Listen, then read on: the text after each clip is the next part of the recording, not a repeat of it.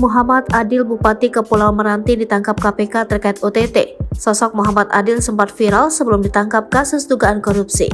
Lantas, seberapa kaya Muhammad Adil? Mengutip lapor harta kekayaan penyelenggara negara, tercatat kekayaan Bupati Meranti Muhammad Adil sebanyak 4,78 miliar rupiah di 2021. Paling besar kekayaan Adil 2021 itu ada di tanah dan bangunan dengan nilai 4,36 miliar rupiah.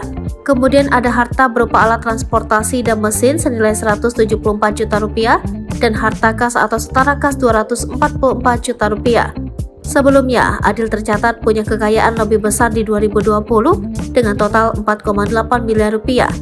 Di tahun ini, tanah dan bangunan mendominasi harta miliknya dengan 4,39 miliar rupiah. Tanah dan bangunan itu tersebar di Kepulauan Meranti, Bengkalis, dan Pekanbaru. Lalu harta transportasi dan mesin senilai 192 juta rupiah.